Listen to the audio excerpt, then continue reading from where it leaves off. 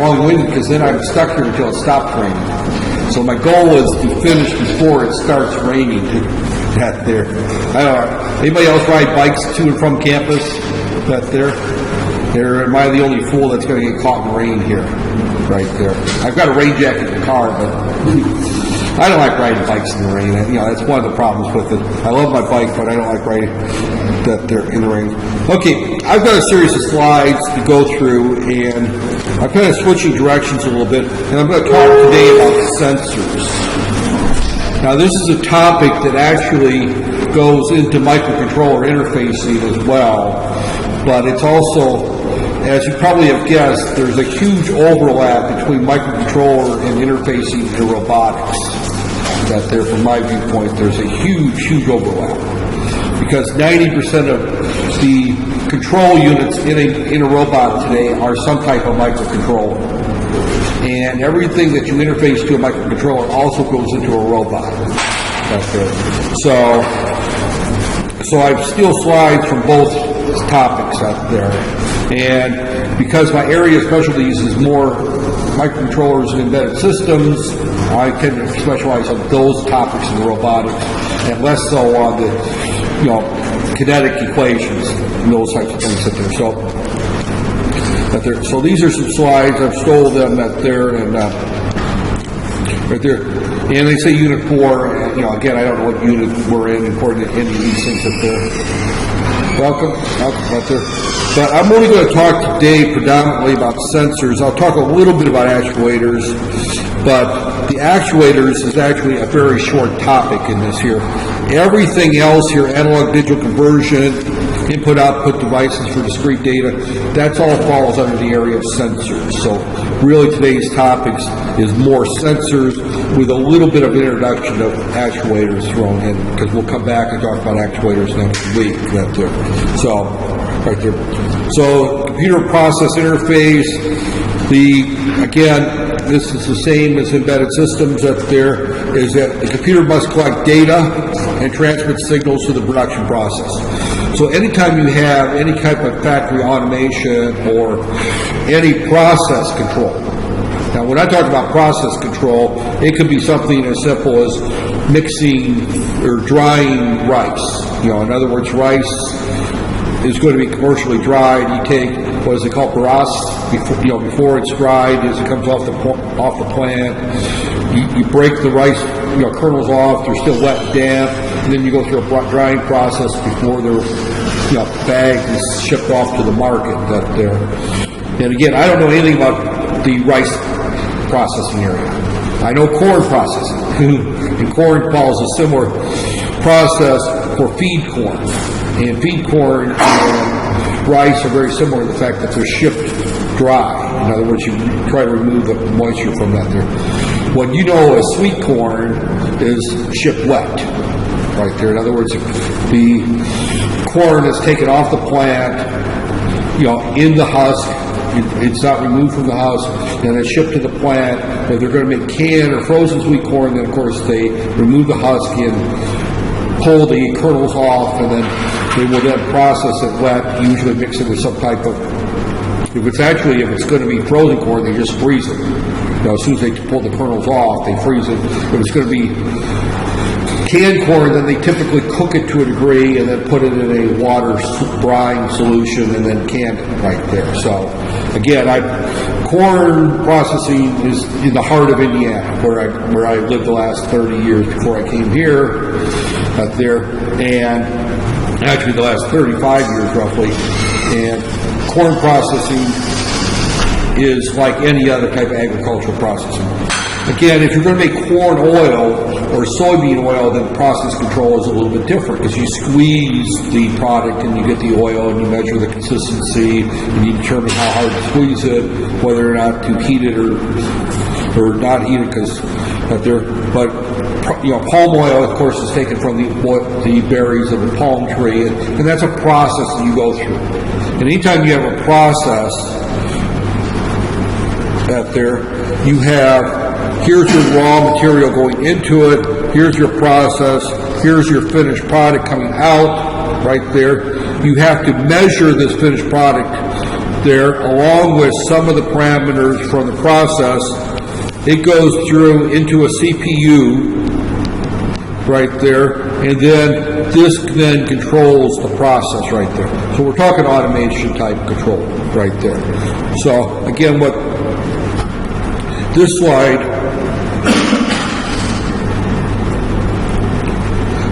is saying is to implement any type of process control, the computer must collect data from and transmit signals to the production process right there. So we have to have sensors in the process there. And now we're not necessarily talking about robotics here, although robotics comes under this category as well. In other words, you know, the process may be something like picking up an object and moving it to another place. We have to be able to see the object or measure where it's at, know when we have it in our grist, and then measure where we're going to place it there. So sensors are used to measure continuous and discrete process variables right there. So, and these variables can be anything such as the petroleum content of palm oil to the alcohol content of, again, this is a Muslim class, but I'll use this as an example, of beer. They would measure the alcohol content of beer to know whether it's done, with the process.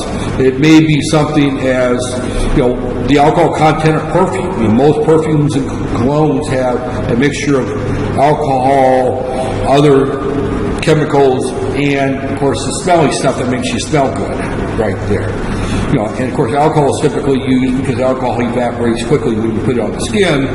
If you use an oil-based perfume, then of course your skin stays oily and messy out there. So most people prefer alcohol-based perfumes out there, except for if you buy it from the halal Arabic shops, then of course then it's going to be an oil-based, which has some disadvantages. Most Westerners use alcohol-based perfumes right there. But regardless, and I'm not going to talk about the halal and unhalal nature of perfumes in this discussion, but the content of the alcohol in the perfume, the content of the oil in the perfume, the content of certain chemicals in palm oil, these are all part of the process variables that we can measure those right there. The viscosity of the oil, how thick and heavy it is right there. So those are all used with sensors. Then we have actuators that drive the process. And our actuators are things such as motors, and we're going to talk mostly about motors here because robotics is almost all motor driven, that they're of some type or the other. Or they can be heating elements, they can be pressure put onto presses. If we're making palm oil is a process where you take a berry, it's dropped down, and then you put pressure on it right there to squeeze it in order to get the oil out right there. And you either heat the berry or allow it to get warm in the process, and that's just called normal process. If you're talking something like olive oil, they have something called cold press olive oil, where they make sure that the olive remains cool during the process right there. But it's still a pressing process. You have to squeeze the oil out of the berry right there. And that's all part of these processes there. Then, of course, we have to have our A to D and D to A, and I probably won't get to those today. That's the latter part right there. So, and then we have, of course, our I/O devices for discrete data. I won't talk much about that there. So that's more right there. Okay, this is what our process looks like right there. So we have something coming in, and I'm going to use, for sake of example, palm berries right there coming into it. Something coming out, palm oil right there. So we have a transformation process, and we're going to assume that this is some type of automated process which falls under this course. This course is automation and robotics. So I'm going to kind of venture away from the robotics side, talk about automation here at this point, and we're going to look at our process right there. So we have some sensors that measure the various components of our palm oil as it's coming out of our process right there. Some of those might go through an analog to digital converter right there. So there, some of those may be digital as we read them read them out. Most of it, if we're talking palm oil, are probably going to be analog features right there. We go into our computer system. This may be a programmable logic controller, a PLC. This could be a simple 8051 microcontroller. This could be a Windows-based computer system. Right there, it could be a Linux-based computer system. We don't know what it is, but this is a control system right there of some type. Right there. And then the output of that then is going to feed our actuators, which actually is going to control how fast this assembly line moves, how much we heat the palm berries, how much pressure we put on squeezing the palm berries, how often do we clean the filters up, because once we squeeze the oil out, we don't want to sell all the dirty, cruddy palm, berry chunks that's got to be filtered out, right, and cleaned out. So part of the sensors might look to see how clean our oil is, and then one of our actuators may actually go through to clean the filter. Now, there's various things going on, and again, I don't claim to be an expert in processing palm oil either, but I assume it's not much different than processing corn oil. That's an assumption. I could be completely wrong, but I have seen corn oil processed right there, and I have worked with palm oil or corn oil companies in the past, not very much, but I've gone in there and looked at their operation and gave them some comments and didn't get any money from them, so I guess I can't say it was paid work right there. But they asked, we used to have a company called they left right there, but Sim Darby, I think. No, that's here. I can't remember what the name of the company was out there, but they've been gone from Fort Wayne for about 15 years. But they used to have a lot of processing plants there, and they moved them all to Ohio somewhere. But again, out of our computers, some of our outputs may need to be converted back to analog before they're fed to the actuators. Right there. Most modern systems today use digital actuators, but there are still some analog actuators. But again, these actuators may be something as simple as pulse width modulated, stepper motors right there. In other words, we may be using a stepper motor as part of our process. How fast are we feeding these berries into the press? And that's done right there. So, but this is now again, this is a closed loop system. And I know you take a course in feedback control systems, right? Right there. So when we look at factory automation, we are looking at a closed loop system, not necessarily in terms of feedback control, the way that it's taught in feedback control systems, because it's much more difficult to put some of these things into a Laplace domain type equation that part of our desired output might be how many liters of oil are we going to get per hour right there. If there's a huge amount of demand, we may try to tweak it up and try to get more output. If the government's going to announce a price increase and all of a sudden the stores stop selling palm oil until the price increase is implemented, then there's not much demand for a while. And then, of course, once the price increase goes in, they restock the shelves, and all of a sudden there's a huge demand. But demand on palm oil does fluctuate, right? Eid is coming up, people cook more. Chinese New Year is coming up, the Chinese cook more, so there's a demand there, out there. Indians, there's such a small percent of the population, they probably wouldn't have much bearing on the demand for palm oil, their holidays. But again, there's demand fluctuations here in the year, right there. So regardless, there's also probably changes in the berry from month to month, season to season. I don't know anything about palm berries, but I suspect that during the rainy season that the berries contain more moisture and less oil. So you have to tweak the process in order to get the oil out and not get the water out. You may have to add a step to cook the water out. In other words, a heating process to get the water to evaporate before. Again, that's a guess. I've never done that there. I do know that with corn they'll do that. slightly cook the corn in order to get the water out before they try to squeeze the oil. Because when they squeeze it, they get water and oil, and if there's too much water, then they have to cook the water out from the oil. That's, again, part of the process is that you can't sell corn oil with more than I think it's 5% water mixed in with it, or there's a regulation on it. And I have to think that there's a similar regulation on corn oil that it can't contain water, because the first time you heat it, you're going to cook the water off, and all of a sudden your 1 liter now becomes 800 milliliters. You've cooked off a fifth of the corn, supposed corn oil was water, and just cooks off, right? But there evaporates, and you feel cheated. And that's the way the companies can make extra money, is they add more water to the finished product. Except for you see it in the store because the water separates, on the bottom right there. You'll see a layer of water and oil. Okay. Now, talking about sensors, what we have is we've got something that we want to measure in the physical world. And I'm going to pick the easiest one, and that is temperature. Because temperature is an easy parameter to measure. Now, this stimulus, or that we're going to measure, can be anything we want it to be. It can be pressure, right there. I push down on something, I put pressure on that. I can measure that. The amount of light in this room, that there. Noise level, that there. The distance between two objects can be measured.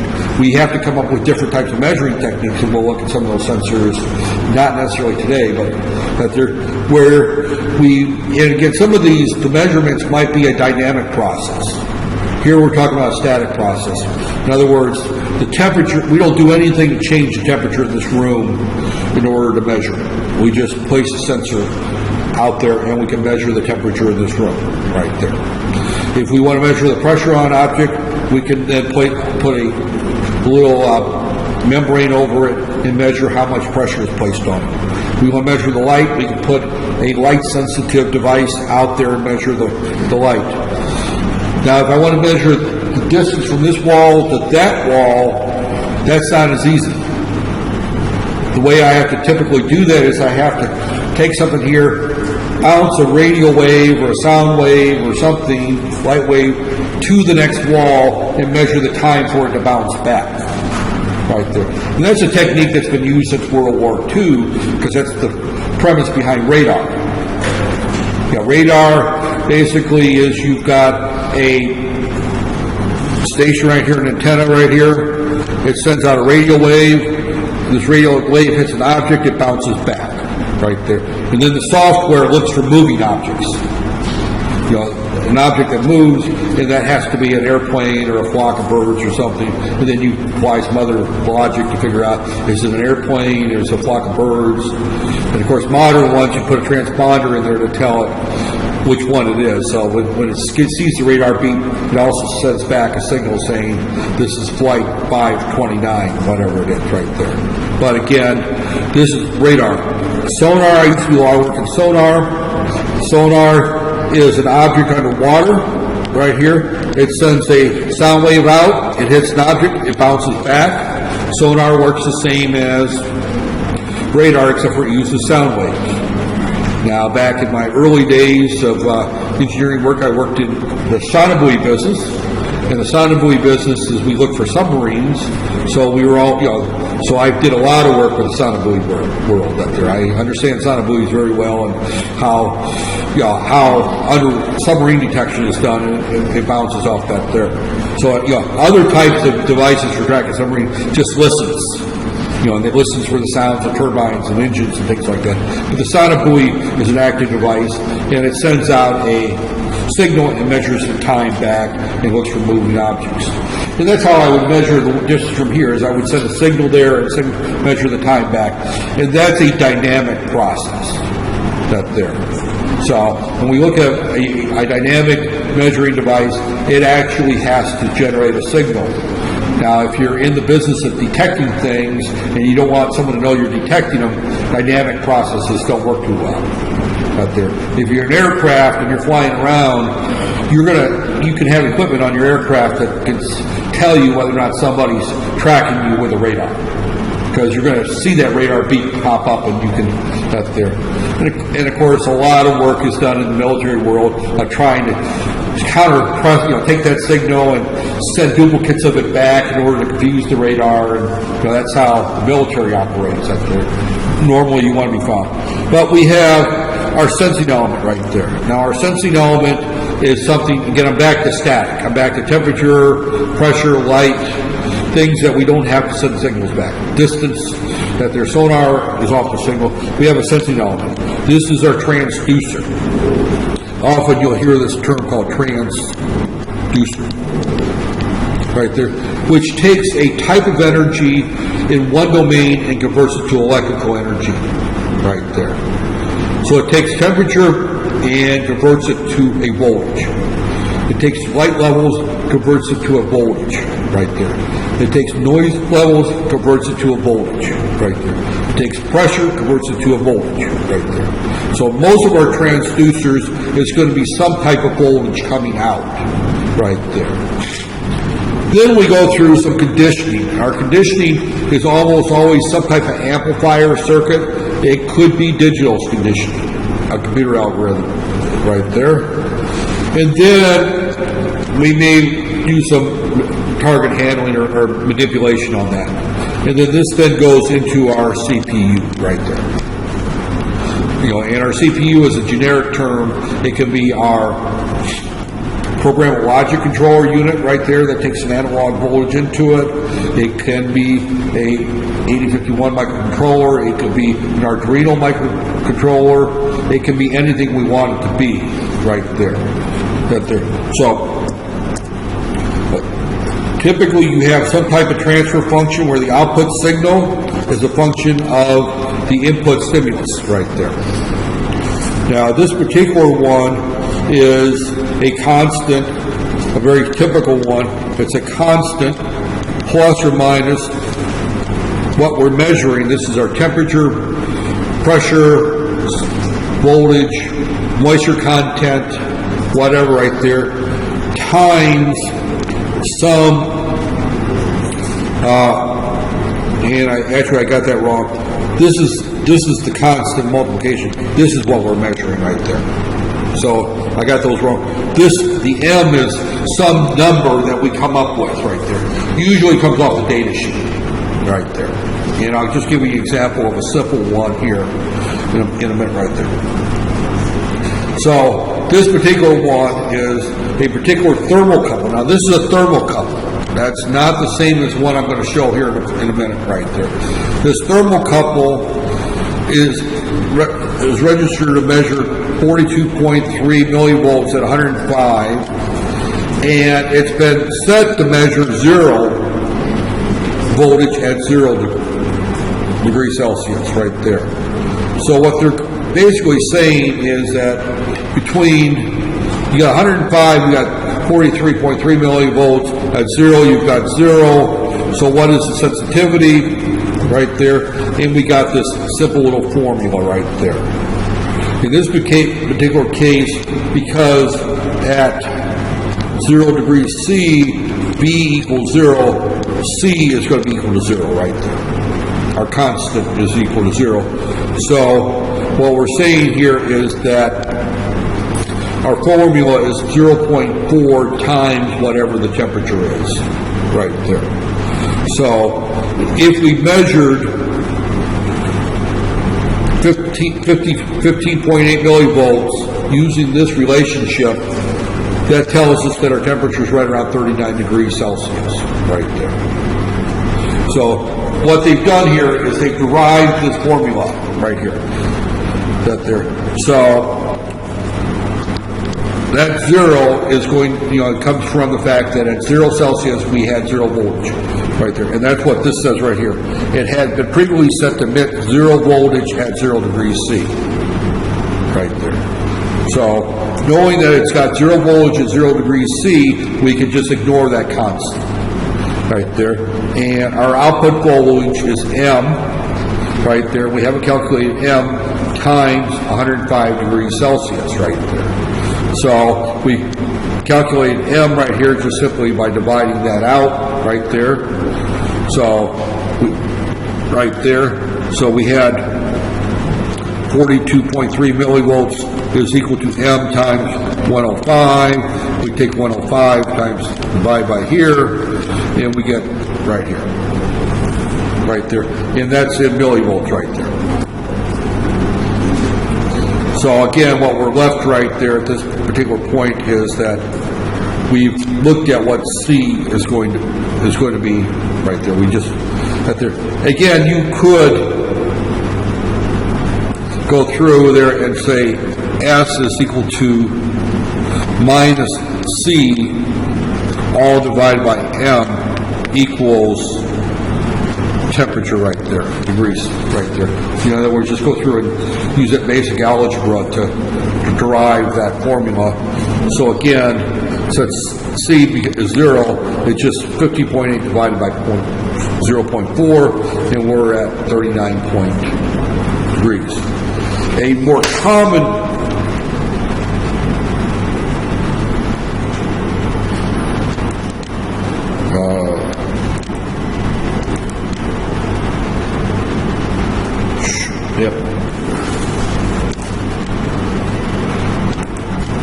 right there.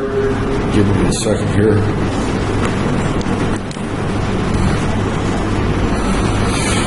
This is a very common type sensor found.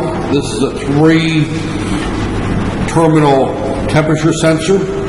There's 2 different ones out there. There's the LM34, which is the one I'm used to. The LM34 is a Fahrenheit temperature sensor. Its brother is the element 34, or sister, depending on what you want to call it, right there. But these are 2. Now these happen to be the Texas Instruments site for these, but a lot of companies make the LM34 and LM35. They've been around a long time. And the LM35, which is what you're most likely going to see, is a very straightforward one. It's got a linear relationship right here of 10 millivolts per degree Celsius right there. So that you measure the temperature that there, it's got a constant is 0 right there, although you can set it at for full range right there. A very simple schematic for it looks like this right there. And as you look at this particular one, this is telling you right here, and I'll just highlight, let me highlight just this part here, that the output of this right here is 0 millivolts plus 10 volts, 10 millivolts per degree Celsius. So it's a very easy to use sensor right there. So if I measure 5 volts on this thing right here, or 50 millivolts, it's 5 degrees. If I measure, right there. So if I measure 100 millivolts, that's 10 degrees Celsius. I measure 2 millivolts, that's 20 degrees Celsius right there. So it's a fairly easy to use one right there. Not a lot of computing power required to use this one right there. We can exchange it to full range, where it can go plus or minus right there. And again, you can choose any value for R right there. Use R right there, but this is telling you the value to use for R is going to be minus R, where minus VSS is divided by 50 microamps right there. And what you're going to be basically doing is you're going to want to set it large enough where that formula is set up that there. I'm not worried, we're not going to hook up the circuit, but you just select R using that equation, and this simply says that you'll get roughly 1.5 volts at 1.5 volts at 150 degrees. I think I was off by a decimal point earlier in my examples. Right there, it's 0.2 volts for 20. Right there, for 20 degrees Celsius. Right there, and you get minus 5,500 550 millivolts at minus 55 degrees Celsius. So this allows you plus or minus Celsius. Now, if you're measuring the outdoor temperature in Malaysia, you probably don't need to do the minus, right? But if you go to my home state of Minnesota, where it does reach minus 50 on occasion, then you probably need the plus minus right there. You know, I was showing Ibrahim the other day the weather map of Minnesota in July and the weather map of Minnesota in February, and they showed the extremes. And it was like over 100 degrees in the town where I lived in July, and minus 60 degrees or 52 degrees in the middle of February, or minus 40 degrees or something. I mean, it was a 100 degree swing, you know, that there.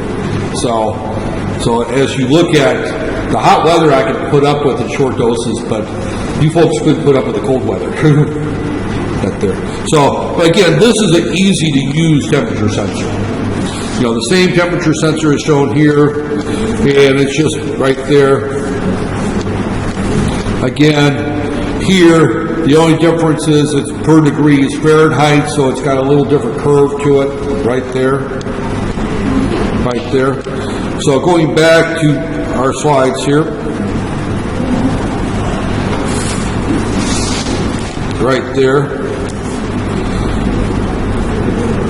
And actually, I think I had another set of slides on here.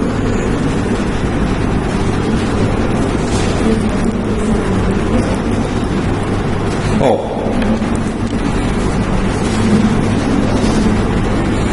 that there. This is a little graph here. This is showing three different temperature sensors. A is the TMP36, which I've not talked about. That one has an offset, this one right here, the red. And then the A is the Celsius degree one, and the B is the Fahrenheit degree one. So you'll notice that these two right here, those two actually hit the zero marker close to it, so you have an offset. This one here, the B, actually has an offset of 500 millivolts right there. And so at zero, its output right here is at 0.5 volts right there. So this is the TMP36. And the advantage of TM36 is it goes to minus 50 degrees Celsius without adding the additional resistor right there. So that's just the, but these are three temperature sensors of the same family. The TM34, the TM35, and the TM36. And I guess they added a P. I'm still using the LM, and their TMP and LM mean the same thing. That's different manufacturer's notation right there. But that's just a standard temperature sensor right there. We have different types of sensors for pressure, light, and you'll find these data sheets will give you a similar type right there. So, right there. And I don't have a data sheet for the TM36. There I did have, but, okay. Sensors is a transducer that converts one form of physical measurement into a more useful form right there. Most of the ones we're looking at are the analog type right there. Now, again, this shows different ones here. This shows a sound that measures the pressure on a little diaphragm on how much sound there is in an area. The police back where I used to live in the States, they used to have one of these little sound sensors. They would go around to different neighborhoods, for example, and if you were throwing a party, they would go out to the street and measure how much noise is coming out of your house, and if it's above a certain level, they will knock on your door and give you a citation and an invitation to visit the judge at court. That's there. They will also measure your motorcycle or car. They'll pull you over and they'll measure how much noise is coming out of the exhaust. If it's too loud, you will get another invitation to come to the courthouse and pay a fine.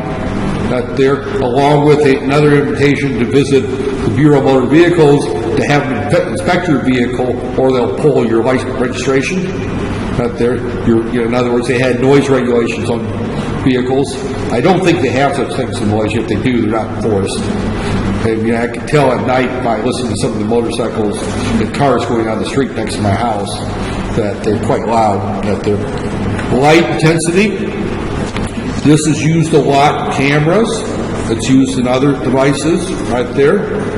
So light intensity is also used for developing, printed circuit boards. That there, if you use a photo etch process, you have to, that there. This is the ultrasonic distance right there. Now, ultrasonic, again, this is a much more complicated, because if you notice, there's two sensors right here. Now, another way of measuring distance is that we have two sensors right here, and this will beam a light and look for it to reflect back. And this angle right there will detect what the distance is right there, because if you put a line here, this angle here has to equal this angle, therefore you can measure what the distance is to here, right there. Because you take this distance in half, right there, and now you've got, this distance, x, right here, this angle, theta, therefore you can calculate what that distance is right there. These have been used for quite a while on various things, but the whole idea is, and there used to be manual ones where you would take and you would line up the two bars next to each other, back in the old days, and you would measure that there. The more modern one, of course, is they bounce a beam of light or sound, and they look for the reflection back right there. Touch, measure that there. And again, these are all just various pictures of it. Now, some sensors have the DDA built into them, or they use a pulse counter right there. One of the things, if I want to measure the speed of a motor, I have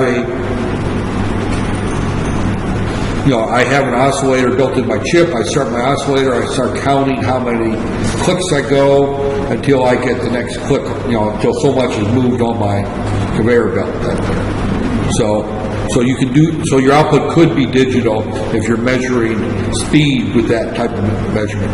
A lot of cars, for example, will use a Hall effect sensor on the transmission, and knowing the gear ratio of the car, how many times the transmission turns around in a minute will then be used to calculate what the actual vehicle speed is. Right there, and then that's fed to this speedometer on a lot of cars.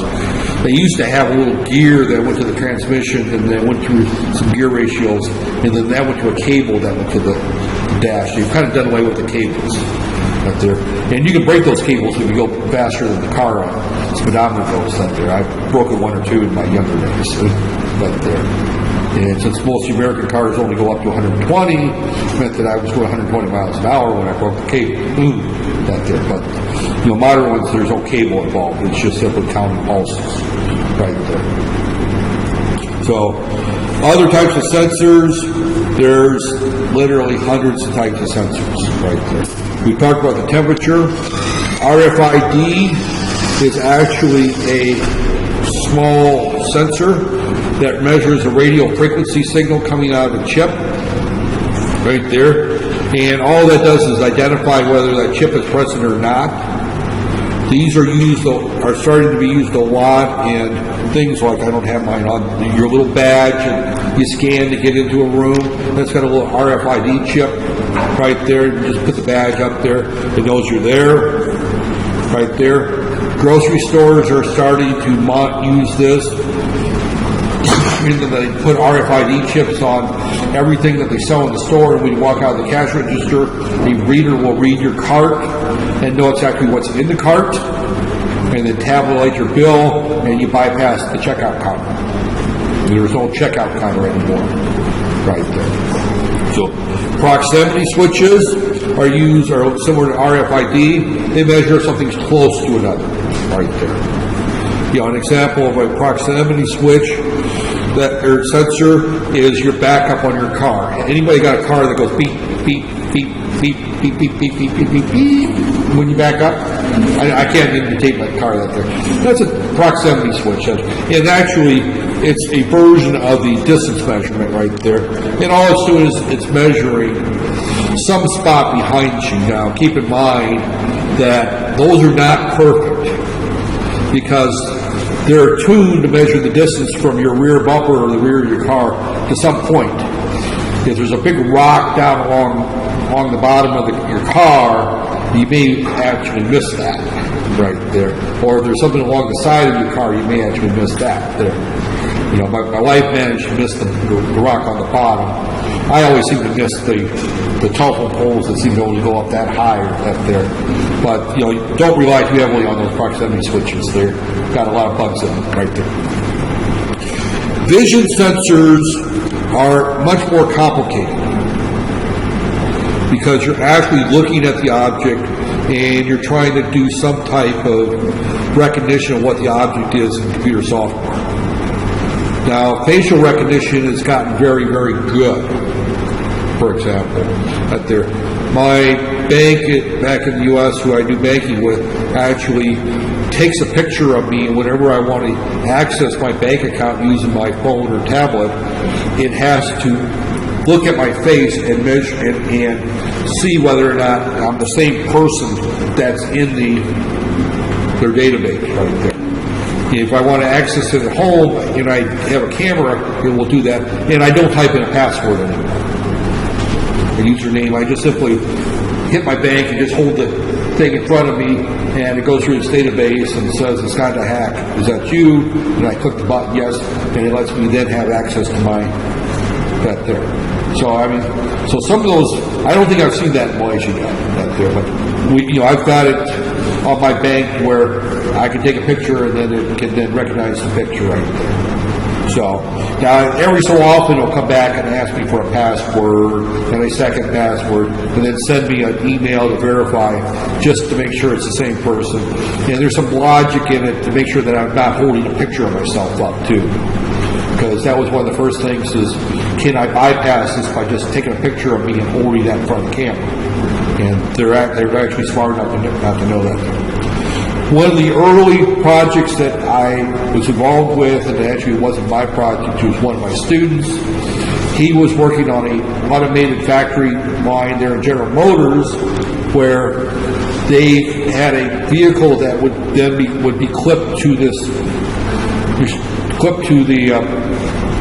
to a weight that they would go into this here. You would clip the vehicle down to hold it down, and then it would be submerged into paint.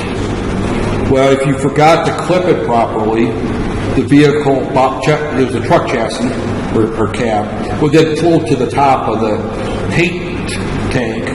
And when it floated to the top of the paint tank, you had to drain the paint tank, raise that there, clip it in, bring it back down, fill it, and shut down the assembly line for about 2 hours.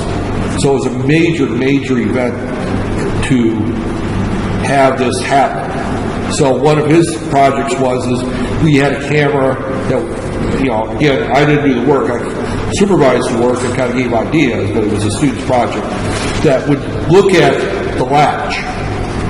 And if you hit the button to lower the truck down, chassis down, and the latch was not latched properly, the software, and he was actually using an old IBM PC back then to do this, but he actually had a PC out on the factory line, would look at this latch and say yes or no, it was latched properly.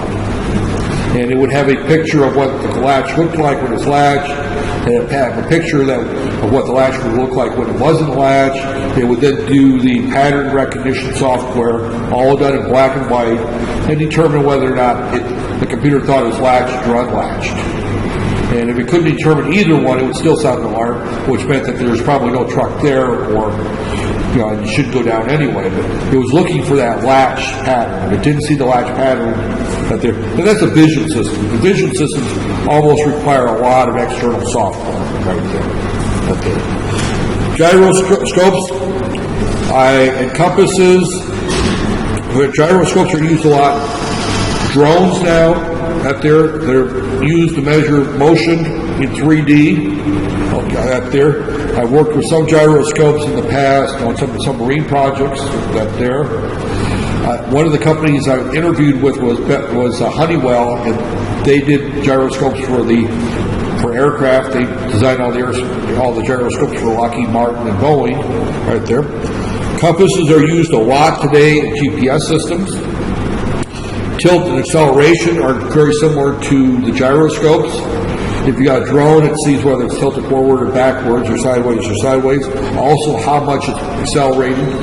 Acceleration is different than speed. And of course, they don't put velocity measurements in here. And you can add flow measurements, you can add velocity measurements, you can add viscosity measurements. There's all kinds of sensors. This list goes on to hundreds of different types of sensors. Many, many types of sensors right there. And one of the things you'll end up doing more than you will designing the robot software is interfacing sensors to different things, right? Measurement. I think I'm going to stop here at this point. I said it's going to be relatively short. It hasn't started raining, but I've just got the knife feeling in my side of my head up there, and I've had that happen to me twice this week, where all of a sudden I'm feeling a nasty, throbbing headache.